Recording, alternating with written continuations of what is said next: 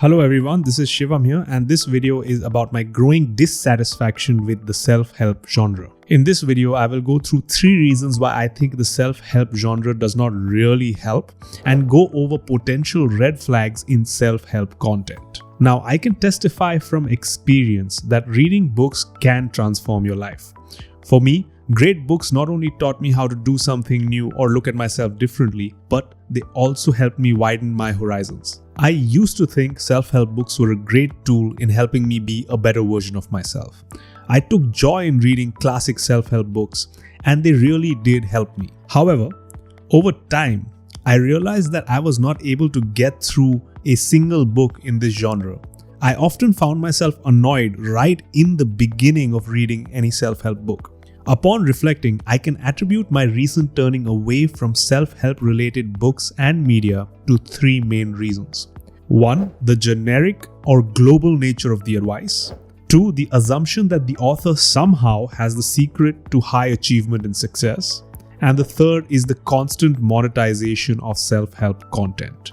And in the course of this video, I will go over each one of these in detail. Let's start by talking about the generic nature of the advice we often read about in self-help books. At the end of the day, self-help authors want to sell their books. And in order to sell these books, they need to make sure that the topics they cover apply to a large audience, and because of this, they tout generic ideas. Some common ideas include: show respect for the other person's opinions, never say you're wrong, taken from How to Win Friends and Influence People by Dale Carnegie. Stop feeding your mind with negative information, taken from How to Think Like a Monk by Jay Shetty. Seek first to understand and then to be understood, taken from 7 Habits of Highly Effective People by Stephen Covey. Now, while these principles sound great in and of themselves, they may not be so effective when you take a deeper dive into them. For example, let's take up the statement, stop feeding your mind with negative information. In this particular case, the challenge is to define what negative information is. Additionally, even in the case that a particular piece of information is considered negative, there may be no guarantee that exposing yourself to such information would have a detrimental effect on your mind. Buying into this generic statement means disregarding all of the things we know to be true about the human mind. For example, I can consider news which talks about violence perpetrated by one group of people to another as something that is negative. However, there may be certain cases where knowing this information can help me appreciate the fragility of political systems and lead to the realization that peace is truly worth being protected.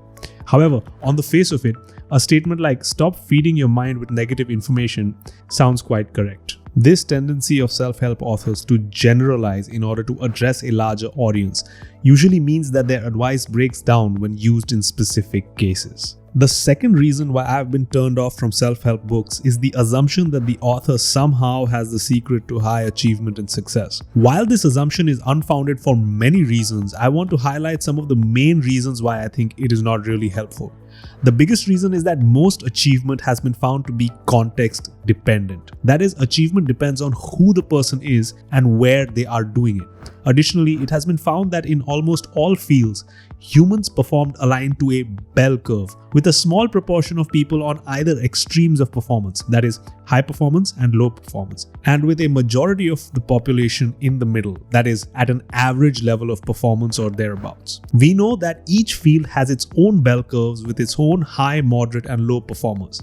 Now, while continuously learning and seeking feedback may be considered necessary general qualities to move towards high performance in every field, it need not be enough to give you a decisive competitive advantage, especially in a highly cutthroat market scenario. Now, while I'm not against striving to be the best that you possibly can, I believe that contending with the reality that most people can hope to be slightly better than average, and that would be sufficient for high achievement, is important if you want to continuously grow in your own area of expertise.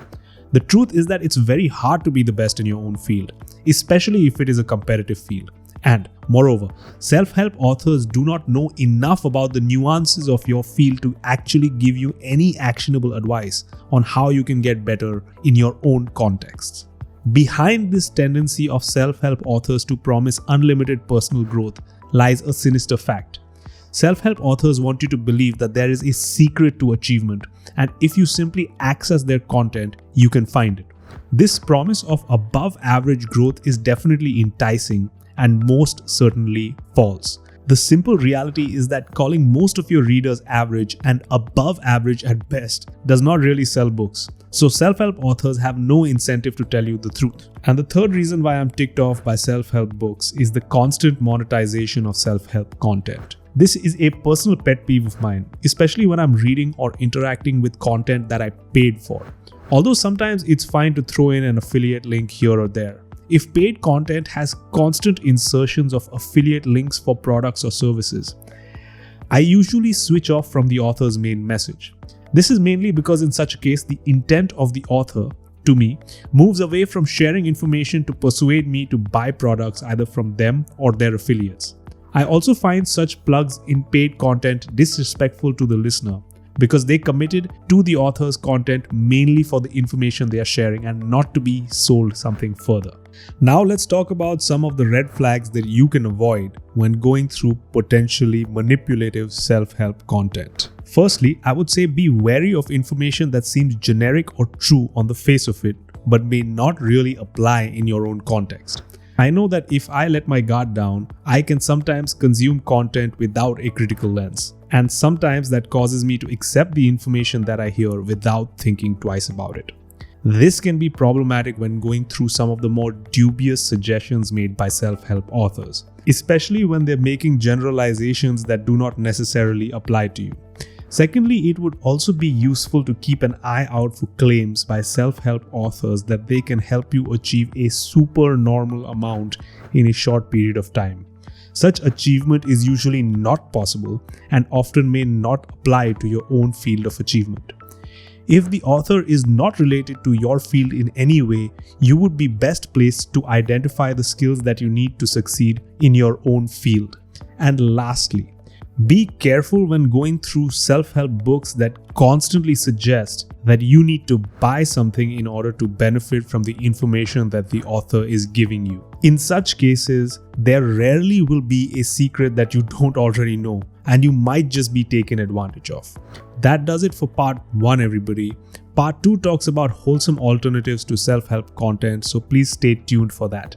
In addition, if you liked this content, go ahead and give me a like. If you'd like to talk about your own experience with self-help books, I would love to know in the comments section down below. Additionally, consider subscribing so you are notified when part 2 comes out. Have a great rest of your day.